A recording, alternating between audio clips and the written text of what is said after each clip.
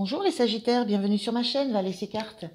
Je suis ravie de vous savoir là et de vous accueillir pour votre guidance du week-end du 27 et 28 mai 2023.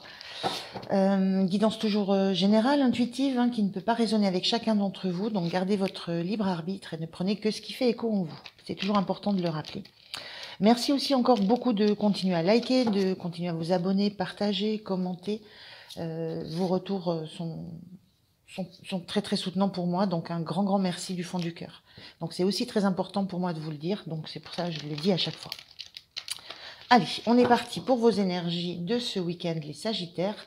Je vais commencer par un premier message de l'oracle Histoire de Sorcière. Je continuerai avec le Téléma-Tarot et je finirai avec deux messages conseils pour vous, du petit oracle des anges et du petit oracle des sagesses amérindiennes. Allez, quel est le premier message pour votre week-end, les Sagittaires ?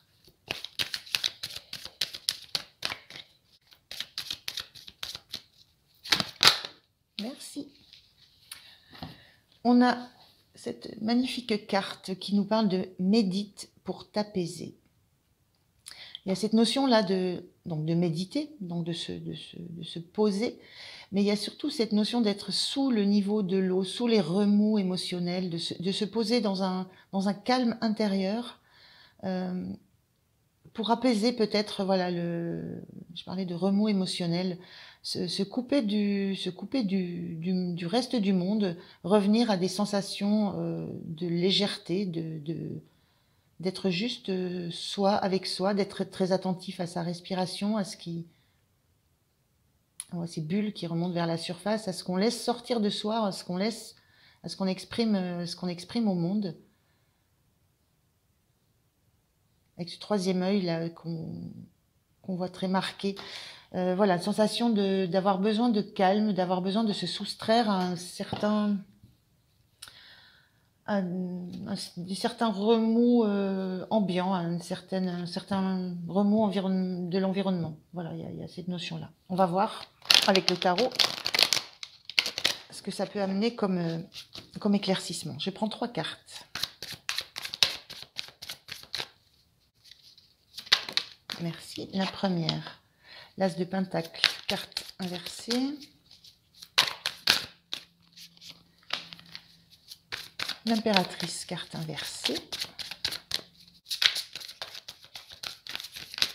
Merci. Et un 5 de coupe. Alors, l'As de Pentacle, carte inversée, Impératrice inversée, le 5 de coupe. Alors, moi, je ressens un week-end où on se sent un petit peu perdu, on est un petit peu dans le flou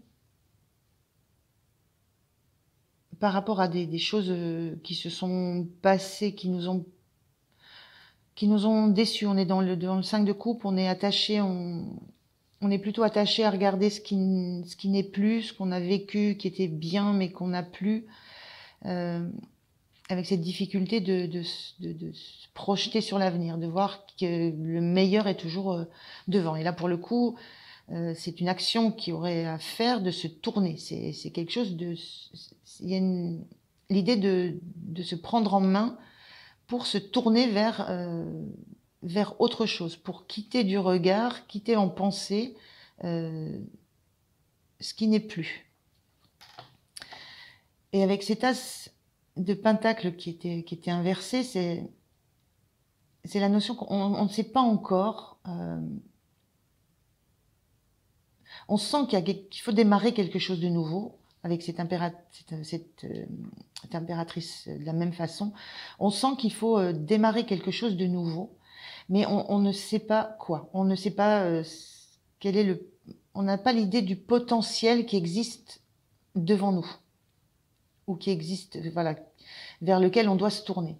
On a bien cette sensation qu'on entame quelque chose de nouveau, qu'il y a quelque chose, qu'il y a un potentiel qui est là, mais on ne sait pas ce que c'est. On n'a pas de vision sur ce que ça va apporter. Et cette impératrice, carte inversée aussi, ça montre aussi que c'est la fin d'un cycle. L'impératrice, souvent, c'est une période de gestation. On pense, on élabore des plans et ensuite, on est dans de la créativité, mais on n'est encore pas dans de l'action. On n'est encore pas dans la mise en œuvre.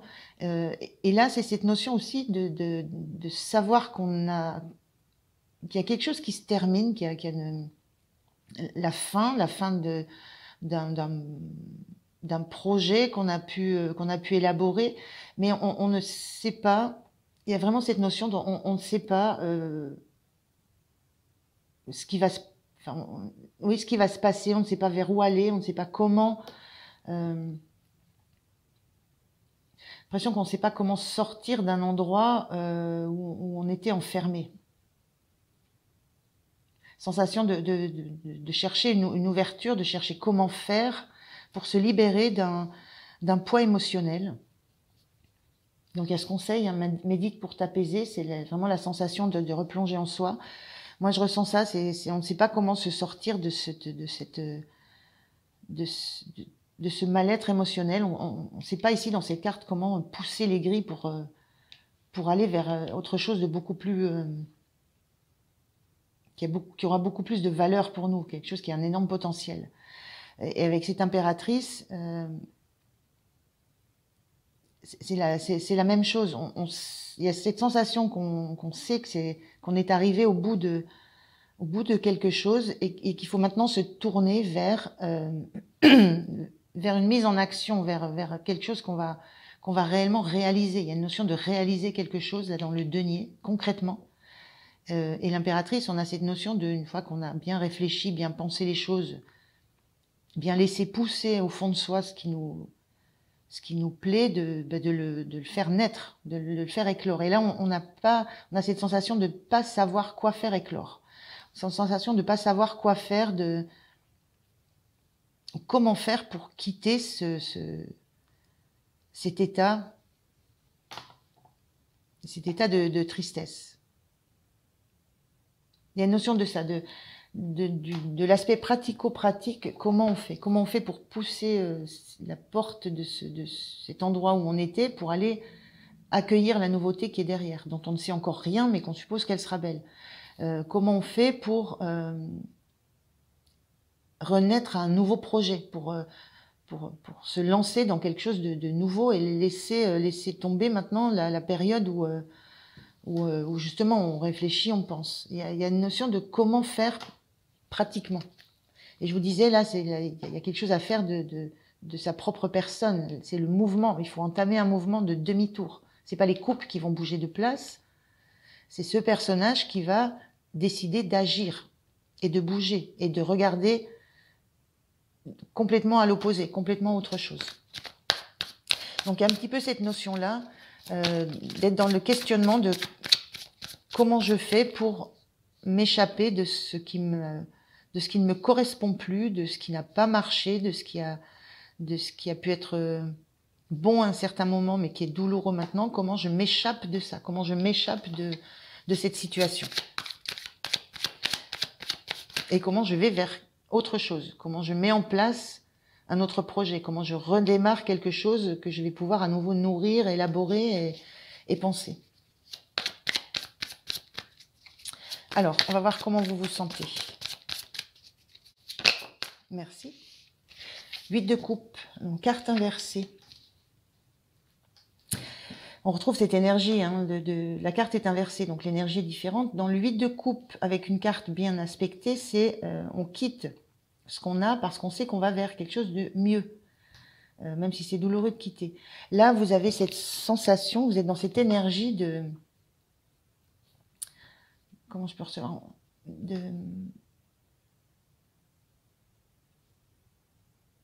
d'avoir besoin de quitter un environnement. C'est ce que je ressens là, vous avez besoin de le quitter, mais vous n'avez pas cette certitude que ça va être mieux. Il y a vraiment ce doute complet sur ce que vous allez trouver derrière ces grilles, sur ce que vous allez pouvoir remettre en gestation, quel projet vous allez pouvoir redémarrer. Il y a cette sensation de devoir quitter.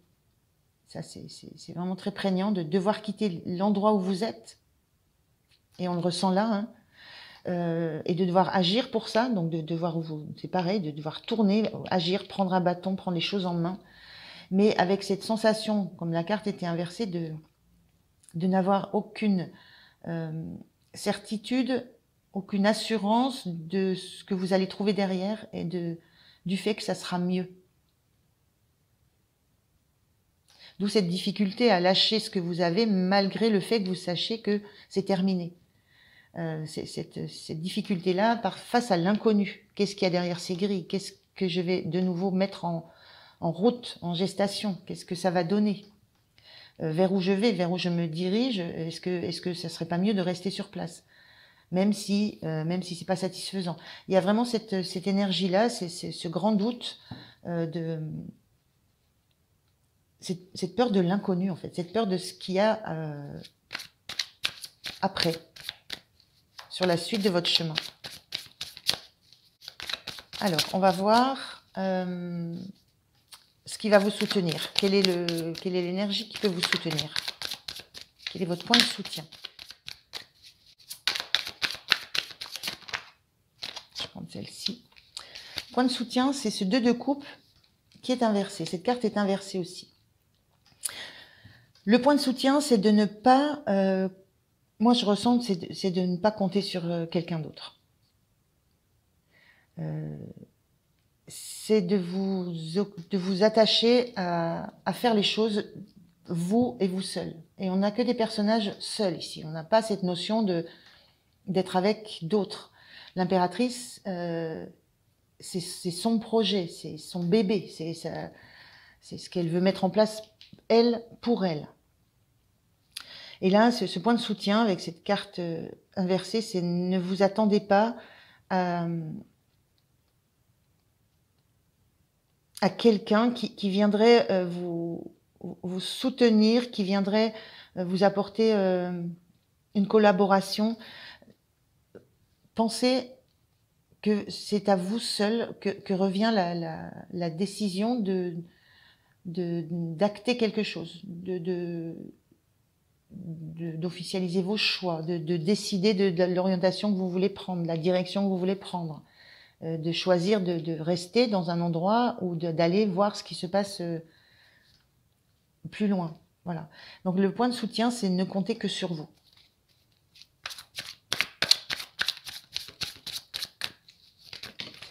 Ça me renvoie aussi l'idée que l'harmonie, elle est en vous. Il y a une notion de communiquer aussi, de communiquer harmonieusement. Mais c'est de vous à vous. On rejoint cette notion de méditer. C'est de méditer, c'est de vous à vous. Vous avez les yeux, enfin, ce personnage a les yeux ouverts là. Il regarde réellement ce qui se passe. Il y a cette notion d'harmonie en vous. Donc vous pouvez vous appuyer sur cette harmonie que vous avez en vous, sur ce que vous savez intimement au fond de vous, mais pas sur l'idée que quelqu'un d'autre viendra combler ça.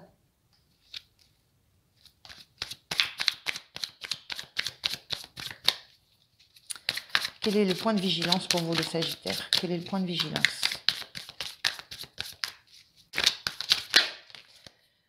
Sont deux, ben je les prends, parce qu'elles sont tombées les deux. On a le roi d'épée et l'empereur inversé. Alors, le point de vigilance, alors un roi d'épée, un empereur, c'est vraiment... on est dans des postures, là. On est dans des postures rigides avec l'empereur. On est dans la vigilance, donc on est dans une posture rigide. Et là, on est dans une posture aussi très froide, où on ne réfléchit qu'avec le mental, la tête. On ne s'occupe pas de l'affect. On n'est pas du tout...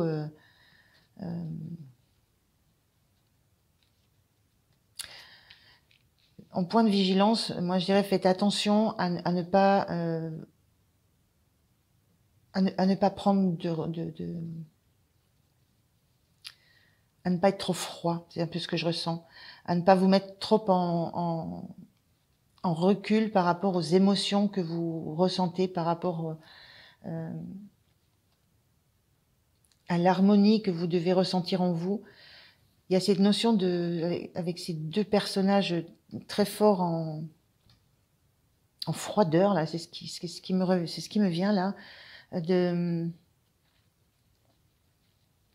rester très attentive à ce que vous ressentez, à vos émotions, à votre intérieur, à ce qui vous anime, à ce qui vous fait du bien, enfin, aux rêves que vous avez, aux objectifs que vous pouvez avoir, que vous ne connaissez encore pas, mais au fait de vous laisser porter par le cœur et ne pas vous détacher du côté émotionnel, du côté harmonieux qui est en vous. Parce que là, on a quand même en soutien ce 2 de coupe.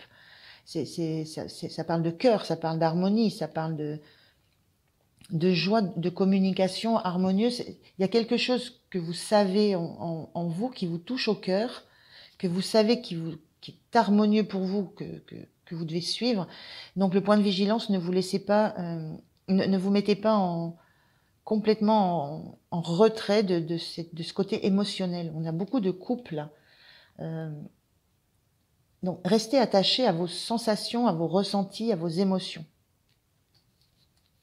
Ne vous en détachez pas sous prétexte de devoir prendre une décision.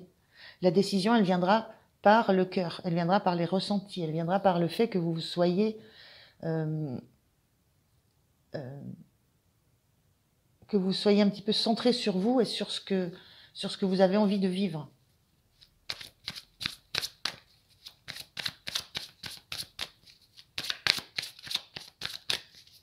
Alors, quelle est votre énergie fin du week-end? Quelle est votre énergie fin du week-end, les Sagittaires? Oups, merci. 9 de coupe. On sent une belle évolution parce que le 9 de coupe, c'est quand on est en capacité d'apprécier tous les bonheurs qu'on a autour de soi. Là, on est posé, on est serein, sereine et on sait de quoi on est entouré. On sait ce qui nous fait du bien, on sait ce qui a de la valeur pour nous. Et on a une capacité à regarder et à apprécier ce qui est autour de nous, qui a de la valeur dans le cœur, qui nous touche au cœur. Donc il y a une belle évolution sur le week-end. Je pense que cette période où vous devez... voilà, il y a un temps où il faut vous apaiser, revenir à vous, revenir à cette harmonie qui est en vous, ne pas vous laisser envahir par votre ego, par votre mental qui voudrait vous faire voir les choses de façon très analytique, très, très dure, très froide. Et sur la fin de week-end, vous êtes en capacité de regarder ce qui se passe autour de vous, d'avoir relevé la tête pour regarder ces couples-là qui sont là. Et aussi le fait de pouvoir regarder les autres, celles que vous laissez, celles que vous allez laisser, celles que vous allez laisser derrière vous, non pas parce qu'elles vous satisfont encore, mais parce que vous êtes en capacité de regarder ce qu'elles vous ont apporté. Voilà. Il y a un changement de regard entre ces deux cartes. On retrouve ces deux coupes d'avenir, du futur bien rempli, et on retrouve ce regard que vous ouvrez, que vous posez sur ce que vous avez vécu, comment vous l'avez vécu, et ce que ça vous a apporté de bien, mais que vous allez être en capacité de quitter pour aller vers quelque chose de mieux. Une acceptation de vous ouvrir à ce qui va être mieux pour vous. Et une acceptation de ce qui a été vécu et de comment vous l'avez vécu, de ce que ça vous a apporté. Donc plutôt joli sur le week-end des Sagittaires. Allez, je prends un petit message de vos anges. Qu'est-ce que vos anges ont à vous dire? Qu'est-ce que vos anges ont à vous dire, les Sagittaires? Merci. 2 messages, gâtés. On a diversité. Le monde serait terriblement ennuyeux si nous étions tous pareils. Célèbre ton caractère unique. Tu es spécial et tu es aimé. L'unicité, je vous parlais de caractère unique. C'est vous qui pouvez prendre des décisions. Le miracle. Nos ailes de lumière t'enlacent ainsi que ceux que tu aimes. La situation actuelle est protégée par des forces supérieures. Les forces de l'amour sont en action. Tout va s'arranger. On le sent sur le week-end, hein, ce changement de vision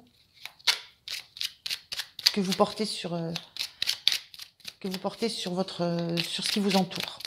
Un petit message, un dernier petit message, conseil du petit oracle des sagesses amérindiennes. Donc un vieil indien qui va vous donner un message, un conseil.